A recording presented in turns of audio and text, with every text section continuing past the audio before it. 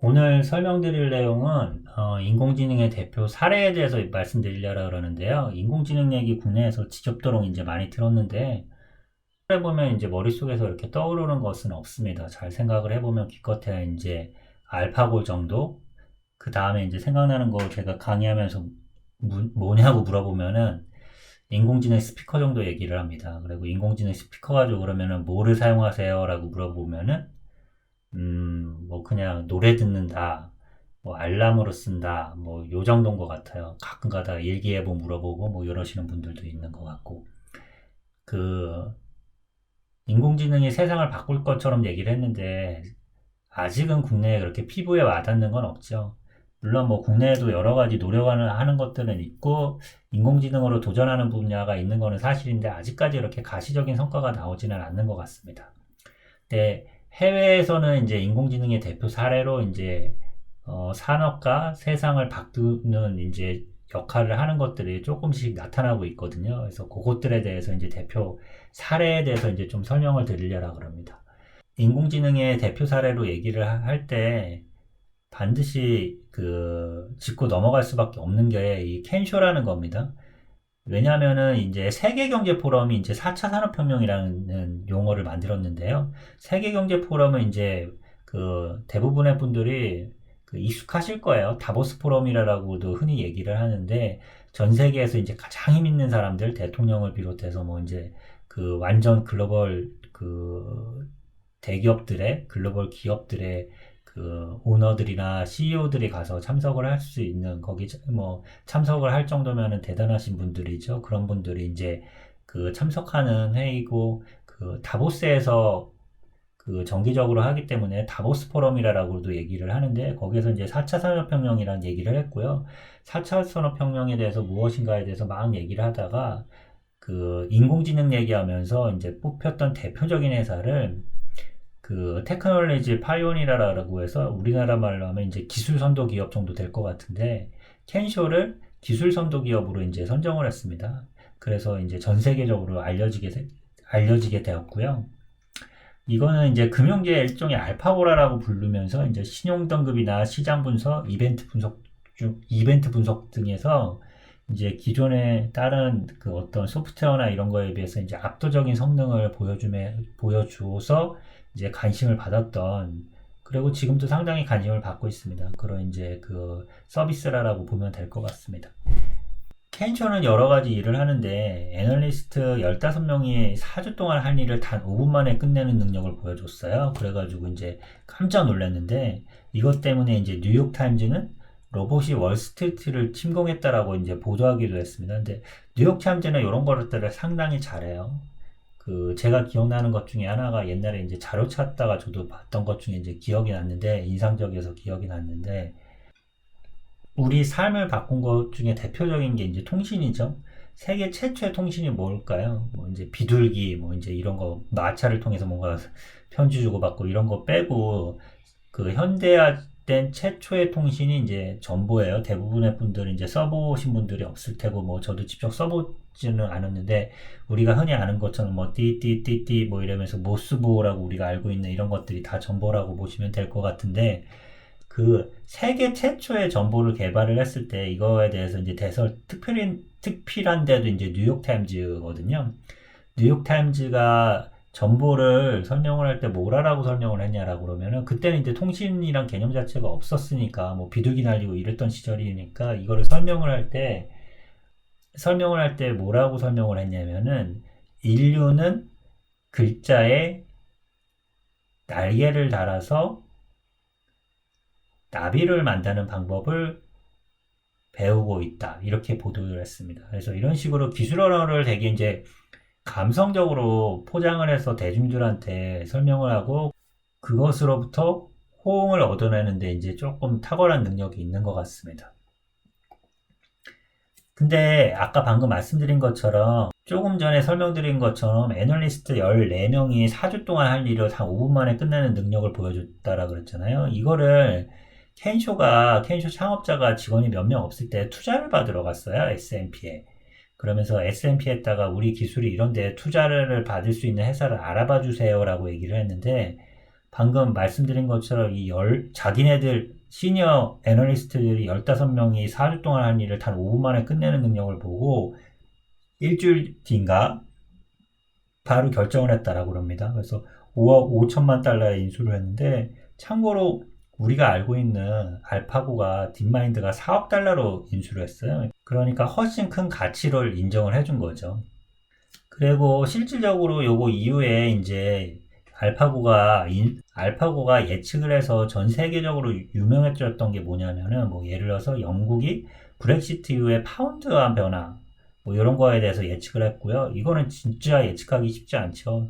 트럼프 대통령 예측하기는 건 사실 불가능에 가까운데, 트럼프 대통령이 미국 대통령 당선 직후에 환율을 예측을 했습니다. 물론 뭐 트럼프 대통령의 개인의 어떤 성향을 예측한 건 아니지만 하여튼 상당히 난이도가 있는 건데, 이 부분을 예측했는데 상당히 잘 맞았다라 그럽니다. 그리고 북한 미사일 실험에 따른 시장 변동, 겨울 한파의 수혜주, 뭐 시리아 내전 관련주 등 세계적인 사건이 있을 때마다 정확한 예측을 해가지고 이제 되게 주목을 받은 그런 이제 그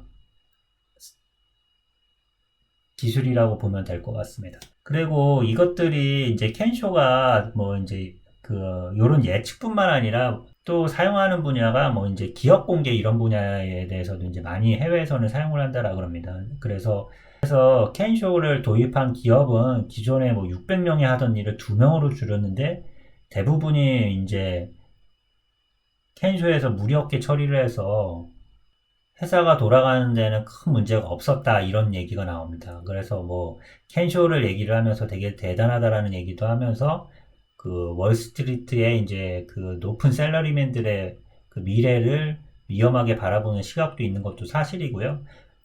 요거를 이제 이 정도로 잘했다라 그러는데, 실질적으로 얘가 돈을 잘 버는지에 대해서 제가 좀 확인을 해봤는데, 국내에도 이거를 이제 서비스하는 기업이 있어요. 그리고 이제 실질적으로 여기에 이제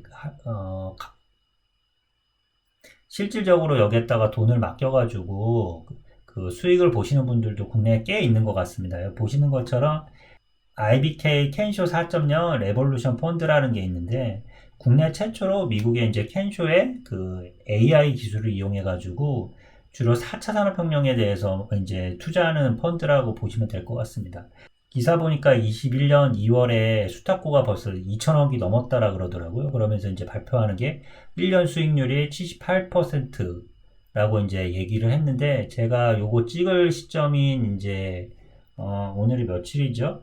6월 13일인데 제가 어젠가 그저께 확인을 해봤습니다. 이거 확인을 해봤더니 6월 11일에 확인을 했는데, 이거 보시는 것처럼 1년이 그 2월에 얘기했던 78%보다는 많이 떨어져서 55%입니다. 뭐 최근에 이제 주가가 조금 많이 떨어지고 작년만큼 많이 안 올라가서 그런 경향이 있어가지고 그런 것 같은데, 그럼에도 불구하고 이 55%라는 거는 진짜 엄청난 거죠. 예. 우리가 뭐 이제 주위에서 한두 종목 대박 나가지고 뭐 이제 더블되고 뭐 이런 경우를 가끔 보기 때문에 이게 되게 적게 보이는데, 평균적으로 1년 수익률이 55%라는 건 사실 엄청난 거죠. 이제 세계 최고의 부자 중에 한 명인 워렌 버핏이 평균 수익률이 1년에 28%인가 할 때 20 몇 퍼센트 정도 된다라 그러더라고요. 물론 뭐 그 사람은 몇십 년 동안 그만큼 낸 거기 때문에, 물론 켄쇼가 55%라고 해서 뭐 이제 워렌 버핏보다 잘한다라고 얘기하기는 힘들지만은 어찌됐건 대단한 숫자인 건 맞는 것 같습니다. 여기까지 이제 켄쇼에 대해서 설명을 드렸고요. 다음에 또 설명드릴 거는 이제 존디어라는 회사입니다. 제 영상을 보시는 분들은 아마 이쪽 분야가 아니어서 대부분의 분들이 잘 모를 거라고 생각을 하는데요. 사실 저도 잘 몰랐습니다. 인공지능에 대해서 관심 갖기 전에는요. 세계 최대 농기구 제조사라고 얘기를 하는데요. 존디어가. 이제 이 존디어라는 회사에서 이제 블루리버 테크놀로지를 약 3억 달러, 우리나라 돈으로 뭐 이제 3,200억 정도 되겠죠. 이 돈을 주고 인수를 했습니다. 블루리버 테크놀로지의 주요 기술은 뭐냐면요. 그 토양 상태를 분석을 해가지고 제초제, 비료, 물, 뭐 이런 걸 뿌리는 시간과 이제 양, 뭐 이런 것들을 과학적으로 이제 그 조사해가지고 뿌려준다라고 합니다. 원리는 트랙터 하단에 이제 카메라를 설치해가지고요. 얘가 트랙터가 쭉 돌다 보면은 이제 데이터를 분석해가지고 이거는 잡초, 이거는 작물 이런 것들을 구분해낼 수 있다라고 합니다. 그리고 땅의 상태 이런 것들을 이제 정확하게 판단을 해가지고 정확하게 이제 잡초한테만 이제 제초제를 뿌리고 작물한테는 이제 비료를 떨어뜨려서 농작물 수확량을 늘리는데 이제 큰 역할을 한다라고 합니다. 이 기술을 활용하면은 이제 사람이 직접 뿌릴 때마다 90%의 이제 사용량을 이제 농약의 사용량을 줄일 수 있는 그런 이제 장점이 있다라고 그러고요. 마찬가지로 비료의 사용량도 크게 줄일 수 있다라고 그럽니다. 그래서 이걸 통해서 이제 존 디어는 자기네들은 이제 제조사가 아니라 소프트웨어 스타트업이라고 이제 주장을 하는데 물론 뭐 선언적인 거겠죠. 그래서 이런 이제 세계 최대 이제 농기구 제조사인 이제 블루리버도 자기네들도 이제 제조사가 아니라 소프트웨어 기업이라고 이제 주장을 하고 얘가 인공지능의 대표 사례로 이제 주목을 받는 이유는 인공지능이 농약과 비료를 줄일 수 있다는 거에서 큰 역할을 할 수 있기 때문입니다. 뭐 아시다시피 우리가 농약을 쓰면은 사람들하고 환경한테 안 좋은 거가 이제 사실이잖아요. 비료도 마찬가지고요. 그거를 이제 80% 여기 이제 써 있는 것처럼 90%까지 줄일 수 있다는 거는 우리 인류한테 엄청난 혜택을 주기 때문에 얘를 이제 대표 사례로 많이 뽑고 있습니다. 얘를 사용을 하면은 인류의 가장 큰 문제 중에 하나가 이제 환경 문제죠. 그 환경에 되게 안 좋은 거고, 그리고 또 우리 인류한테 또 안 좋은 게 이제 농약이잖아요. 근데 이거를 이제 90%까지 줄일 수 있다는 것 때문에 우리 인류에 큰 기여를 할 수 있다는 것 때문에 해외에서는 얘를 이제 대표 사례로 많이 이제 뽑고 있는 상황입니다.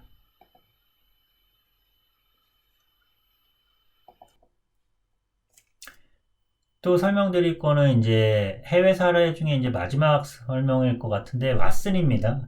이 왓슨은 많은 분들이 이제 기억을 하시죠. 알파고 나왔을 때 이제 대표 사례로 이제 알파고 한참 얘기하다 보니까 이제 더 이상 할 얘기가 없으니까 언론에서 이제 왓슨을 가지고 되게 얘기를 많이 했는데 알파고는 많이 알려진 것처럼 암을 진단할 수 있는 건데요. 모든 암을 진단할 수 있는 건 아니고 유방암, 폐암, 자궁암 등 한 8개 정도의 암을 이제 진단할 수 있습니다. 근데 많은 분들이 이제 착각을 하시는 게 우리나라에서는 이제 왓슨이 암을 치료하고 뭐 암을 이제 진단하고 이런 거에 대해서 생각을 하시는 분들이 많은데 사실 왓슨은 여러 가지 종류가 되게 많고요. 여러 가지 프로젝트가 많은데 우리가 알고 있는 거는 닥터 왓슨입니다.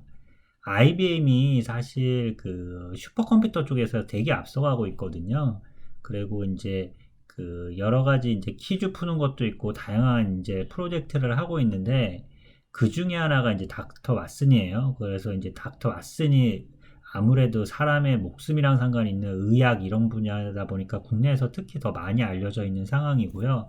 우리는 그때 알파고 때 특히 닥터 왓슨을 언론에서 많이 주목을 해가지고 인공지능의 대표 사례로 닥터 왓슨이 이제 많이 알고 있는 상태입니다. 이게 그때도 이제 되게 많이 이슈됐던 게 인간 의사와 이제 진단법이 한 80% 정도 일치한다라고 해가지고 되게 관심을 많이 받았는데 사실 요거는 오늘 조금 더 말씀드리는 거는 이제 인공지능의 이제 어떻게 보면 한계하고 뭐 이런 거랑도 이제 조금 더 말씀드리려라 그러는데 왓슨이 인공지능의 대표 사례는 맞습니다. 개인의 특성에 맞는 질병을 예측, 진단, 치료 등을 이제 지원하는 걸 목표로 했고 개인의 특성에 맞는 질병을 예측, 진단, 치료하는 거를 지원으로 이제 목표를 했는데 요 보시는 것처럼 인간 의사 진단법이 한 80% 이상 일치하다 보니까 이거 기대를 되게 많이 했습니다. 그래서 조금만 더 하면은 이제 의사를 대체할 수 있지 않을까라고 이제 생각을 했고 여기 있는 것처럼 이제 현재는 한 8개 정도의 암을 진단할 수 있는데 더 많은 암들을 진단을 하면은 암으로 이제 죽는 사람들이나 이런 사람들이 확 줄어들지 않을까라고 해서 더더욱 기대를 많이 했던 건데 알파고가 이세돌을 이길 거라고는 아무도 상상을 하지 못했죠. 그때 뭐 이제 얘기 나왔던 것 중에 하나가 바둑의 뭐 수가 무슨 별보다 많다는 둥 뭐 이래가면서 그거를 알파고가 이기는 건 불가능하다 막 이래가면서 절대 못 이길 거라고 생각을 했는데 인공지능이 이겨가지고 국내에 엄청나게 충격을 받았죠. 그래서 나라에서도 이제 부랴부랴 해가지고 우리도 인공지능 해야 돼, 뭔가 성과를 내야 돼라고 하는데 뭐 이제 바둑을 국가적으로 뭐 해가지고 그러기에는 조금 우스운 것 같으니까 그때 이제 나라에서 모여가지고 이제 되게 큰 프로젝트로 했던 게 왓슨을 이제 좀 따라잡아 보자 이래가지고 우리나라에서 닥터 앤서라는 거를 이제 시작을 했습니다. 이제 서울 아산병원을 비롯해가지고 이제 한 25개 기관이 모여가지고 이제 왓슨을 따라잡는 거를 했는데 뭐 뉴스에는 시작했다는 얘기는 몇 번 들었는데 지금 성과가 어떻게 됐다는 얘기는 제가 못 들은 것 같아서 이것도 그 수준 자체가 어느 정도 개발이 되는 건지 이거는 그 아직까지는 가시적인 성과는 없는 상태입니다. 근데 우리가 여기까지는 많은 분들이 알고 있고 뭐 이러시는 분들도 있으실 거예요. 근데 알파고 이후에 왓슨에 대해서 최근에 신문 기사를 찾아보면 거의 없을 거예요. 국내는 이제 관심이 줄어가지고 없어졌다라고 생각을 할 수도 있는데 사실 해외에서도 되게 많이 줄었어요. 그게 왜 그러냐 하면은 이게 어떻게 보면 인공지능의 이제 한계일 수도 있을 것 같은데 인공지능은 학습을 하려면 기본적으로 몇만 건은 있어야 돼요. 물론 그 요즘은 이제 원샷 러닝 뭐 이런 여러 가지 기법들이 생기면서 조금씩 이제 전이학습 이런 여러 가지 것들이 생기면서 조금씩 그 데이터의 그 개수가 적어지는 경향으로 가고는 있는데 그럼에도 불구하고 데이터는 절대적입니다. 그리고 이게 다른 거하고 틀리게 뭐 고양이나 강아지 이런 거 구분하는 거랑 틀리게 사람의 성별, 뭐 나이, 기저질환 뭐 이런 여러 가지 것들을 고려해서 그 사람한테 맞는 그 진단을 해야 되는데 여기 위에 있는 것처럼 유방암, 폐암, 위험이라고 써놨는데 거기 위험이 아니라 위암이죠. 위암, 뭐 자궁 경부암 이거는 우리도 이제 흔히 주위에서 많이 듣잖아요. 근데 저거 외에 그 많이 걸리지 않는 특이한 암들, 다시 말해가지고 의사들이 잘 모르는 암들을 이 왓슨이 찾아주길 바랬어요. 사실 그게 어떻게 보면은 더 혁신이라고 볼 수 있겠죠. 사람이 진단할 수 있는 거를 왓슨이 하는 거는 뭐 기술적으로 대단하다라고 그럴 수 있을지 모르겠지만 큰 의미가 없는 건데 사람이 치료하거나 인지하지 못하는 그런 것들을 왓슨이 해줄 거라고 생각을 하는데 문제는 그거는 데이터가 부족해서 그거는 지금 잘 못하고 있는 상황입니다. 뭐 전혀 발전이 없진 않겠지만 그 발전이 매우 더뎌지고 있는 상황이고요. 왓슨 전체에서 여러 가지 프로젝트가 있다라 그랬잖아요. 뭐 건강 관련해서도 있고 뭐 운동 관련해서도 있고 방금 말씀드린 퀴즈 관련도 있고 여러 가지 종류가 있는데 이게 그 1년에 전체 매출이 한 10조 정도 나온다라 그래요. 워낙 이제 이게 슈퍼컴퓨터 가지고 하니까 가격이 워낙 비싸죠. 그래서 매출이 적지는 않는데 그 중에서 이 그 의사 관련 이제 닥터 헬스 쪽이 이제 1조 1천억 정도, 1년에 1조 1천억, 뭐 사실 거의 10분의 1 정도의 매출을 올리고 있는 상황인데, 그럼에도 불구하고 이익을 내지 못하고, 앞으로 또 발전 가능성도 아직까지 그 가시적인 성과가 그 기대하는 것만큼의 성과가 나오려면 좀 시간이 많이 걸리는 것 같습니다. 그래서 보니까 올해 21년 2월에 이 사업을 매각을 하겠다는 이제 발표가 나왔을 정도로 처음에는 기대를 되게 많이 했는데 생각에 비해서 진도가 빨리 나가지 못하고 있는 그런 프로젝트라고 보시면 될 것 같습니다. 그리고 다음으로 또 설명드릴 거는 왓슨은 국내에 많이 알려져 있지만은 로스는 그렇게 많이 알려져 있진 않아요. 아시는 분들은 아시겠지만은 국내에 많이 알려져 있진 않고요. 근데 해외에서는 좀 많이 알려진 그 사례입니다. 그 노스 인텔리전스가 개발한 이제 로스라는 프로그램인데요. 쉽게 말해서 인공지능 변호사라고 생각을 하시면 될 것 같습니다. 베이컨 앤 호스테 틀러? 뭐 저도 이제 처음 알게 된 그런 이제 법률 회사인데요. 여기가 되게 큰 데라고 그래요. 뭐 이제 미국에 이제 14개 사무소하고 변호사만 이제 945명을 데리고 있을 정도로 되게 대형 로펌인데 여기에서 로스를 활용해가지고 변호사들이 일을 한다라고 합니다. 그래서 뭐 생각을 해보시면 아시겠지만은 이런 것들은 인공지능이 대표적으로 잘할 수 있는 분야죠. 그러니까 초당 1억 장의 판례를 검토해가지고 적정한 판례를 추천해주는 게 주요 업무입니다. 그리고 이게 뭐 이제 되게 어렵거나 이런 인터페이스가 아니라 마치 시리에게 질문하듯이 로스에게 질문하면은 법률하고 판례 등을 분석해서 직접 대답을 해주고요. 뭐 내가 어쩌저쩌고 해가지고 사고를 쳤다 아니면은 남을 때렸다 뭐 얼마나 살아야 될 것 같냐 뭐 이런 식으로 물어보면은 당신은 정말 나쁜 놈이니까 3년은 살아야 될 것 같습니다. 이런 식으로 답변해주는 그런 이제 프로그램이라고 보시면 될 것 같아요. 로스는 조금 전에 말씀드렸던 그 슈퍼컴퓨터 왓슨, 얘도 마찬가지입니다. 왓슨을 기반으로 하고 있고요. 인간의 언어를 이해합니다. 그래서 우리가 친구에게 말하듯이 자연스럽게 그냥 얘기를 하면 됐고요. 그러면 얘가 알아서, 아, 이게 무슨 뜻이나, 라고 이제 잘 의도를 정확하게 파악을 해줍니다.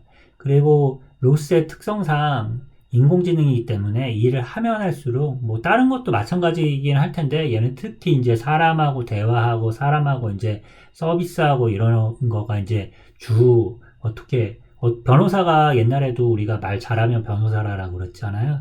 그리고 이제 판례는 많아지면 많아지고 뭐 이렇기 때문에 얘는 다른 분야에 대해서 다른 분야에 비해서 조금 발전이 빠르다라고 얘기를 하고 있습니다. 그래서 인공지능으로 일을 하면 할수록 더욱 높은 정확도를 예측할 수 있는 그런 대표적인 사례로 이제 꼽아가지고 이제 그 많이 나옵니다. 그리고 이제 국내에 대해서는 제가 이제 그 대표 사례를 뽑아왔는데요. 사실 국내는 대표 사례라는 게 조금 애매합니다. 뭐 아까 말씀드린 것처럼 국내는 아무래도 인공지능을 신문기사는 되게 많은데 체험할 수 있는 우리가 체감할 수 있거나 이런 것들이 사실 많지는 않죠. 뭐 여러 가지 방금 말씀드린 법률 쪽에서도 도전한 분야가 있고 이제 뭐 법률 변호사 대리 뭐 이런 것 때문에 요즘 뭐 그 스타트업에서 하는 서비스는 되게 얘기가 많죠. 그게 불법이냐 아니냐 얘기도 되게 많고 부동산 관련해서도 이게 법에 위반되냐 안 위반되냐라는 얘기도 있고요. 그리고 방금 말씀드린 의학 관련 부분에서도 이제 우리나라에서도 닥터 앤서라는 거를 이제 연구하고 있다라 그러는데 그거 외에도 뭐 의사들의 그 중개를 도와준다든가 뭐 이런 여러 가지 사례들이 있는데 그거는 뭐 정확하게 인공지능 사례로 그 도전을 한다라기보다는 우리나라는 좀 플랫폼으로 대부분 연계, 소개 이런 부분으로 이제 마치 배달의 민족 같은 걸로 많이 발달을 하고 있는 상황이죠. 그나마 국내에서 뽑을 만한 그 어떤 혁신 사례, 산업을 이제 바꿀 만한 혁신 사례로 요거를 이제 뽑는 경우가 많은데 정부에서도 이렇게 소개해주는 자료 보면은 요게 좀 많이 나와요.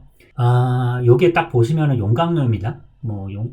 저도 사실 용광로는 이것 때문에 나라에서 대표 사례라고 그러니까 이제 찾아보기 시작을 했는데 이거가 흔히 고로라고 돼 있고 고로가 뭐냐 했더니 그 고가 높을 고더라고요. 이게 그래서 엄청나게 높다라 그럽니다. 큰 이 고로에다가 위에서 이제 보시는 것처럼 철광석을 부어주죠. 그러면 위에는 한 4,000도 정도 되고 밑에는 이제 1,800도 정도 된다고 합니다. 그리고 요거를 온도를 높이는 게 저도 예전에는 뭐 이거를 그 밑에서 불을 지펴가지고 하는 줄 알았더니 그게 아니라 이 옆에서 뜨거운 바람을 엄청나게 불어준다라 그럽니다. 그러면 여기에서 쭉 내려오면서 여기 보시는 것처럼 이제 그 철이 밑으로 이제 흘러내리고 뭐 이제 찌꺼기나 이런 것들은 옆으로 이제 빠지는 이런 구조고요. 근데 이게 열을 엄청나게 이거를 넣어줘야 되는데 이 큰 거가 이게 1800도까지 올라가야 되잖아요. 그래서 이 1800도까지 올라가게 하는데 그 제로부터 0도부터 시작을 하면은 6개월 정도가 이게 걸릴 정도로 되게 이제 온도 관리나 이런 게 중요하다라 그러고요. 당연하겠지만은 이 철광석의 어떤 퀄리티, 품질을 유지하는 거에 되게 중요한 게 온도라고 그럽니다. 근데 이게 저도 이번에 처음 알았는데 인공지능의 대표 사례로 뽑히기 전에 인공지능으로 이거를 이제 관리를 하기 전에는 이 옆에 말씀드린 이 뜨거운 바람이 들어오는 이 옆에 조그만 그 공간이 있었는데 사람이 그쪽으로 들어가 가지고 조그만 그 창틀 같은 거를 만들어 놨다라고 그럽니다. 그걸 통해서 여기를 쳐다보는 거였다라 그래요. 그래서 이거를 수시로 들락날락 거리면서 이거를 사람의 눈으로 이걸 쳐다보고 저거가 대충 몇 도인가라는 이거를 짐작을 했다는 건데 사실 말이 안 되는 거죠. 이게 이제 대표 사례로 뽑히는 거고 국내의 뭐 업체라고 얘기를 하는데 제가 알기로는 포스코로 알고 있습니다. 포스코가 그나마 국내에서는 그 공장 쪽에서는 가장 앞선 걸로 알고 있습니다. 그래서 아까 말씀드렸던 4차 산업혁명을 주창했던 세계 경제 포럼에서도 세계 50대 스마트 공장을 뽑았을 때 포항제철이 뽑히거든요. 포스코가요. 그래서 이게 포스코로 알고 있고요. 이거 보시는 것처럼 여기를 왔다 갔다 거리면서 이제 사람이 봐야 되는데 그거를 이제 카메라를 이용해서 찍어가지고 여기 있는 것처럼 풍구 주변을 1초 단위로 찍어가지고 이거의 온도를 AI로 분석을 한 다음에 1시간 뒤나 뭐 몇 시간 뒤에 온도가 떨어질 거를 예상을 해가지고 이 온도하고 그 바람의 세기, 바람을 얼마나 집어넣을까 이런 거를 역으로 계산해가지고 연료를 더 투입해가지고 이 온도를 높였다가 낮췄다가 하는 거가 우리나라의 이제 대표 사례라고 그럽니다. 그래서 제가 오늘 인공지능의 대표 사례에 대해서 좀 설명을 드렸고요. 얘기가 좀 길어진 것 같은데 제가 아직은 그래도 이제 유튜브 초짜이기 때문에 되게 버버대면서 하는 것도 있고 뭐 편집이나 아직까지 찍는 거는 되게 미숙한 것 같은데 하다 보면 조금씩 나아질 것 같고 나아질 거라고 저도 기대를 하고 있고요. 우선은 계속 한번 해보겠습니다. 들어주셔서 감사합니다.